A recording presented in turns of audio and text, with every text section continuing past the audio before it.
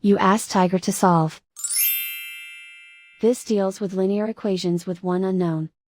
The final result is x equals -7/4. Let's solve it step by step. Simplify the expression. Multiply the coefficients. Combine like terms. Group all x terms on the left side of the equation.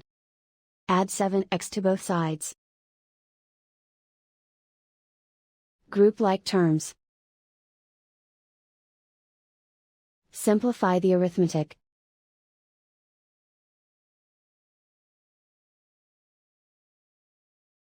Group all constants on the right side of the equation.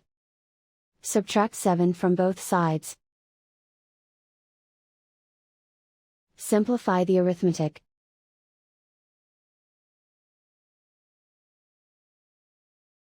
Isolate the x. Divide both sides by 4. Simplify the fraction. And so the final result is x equals -7/4.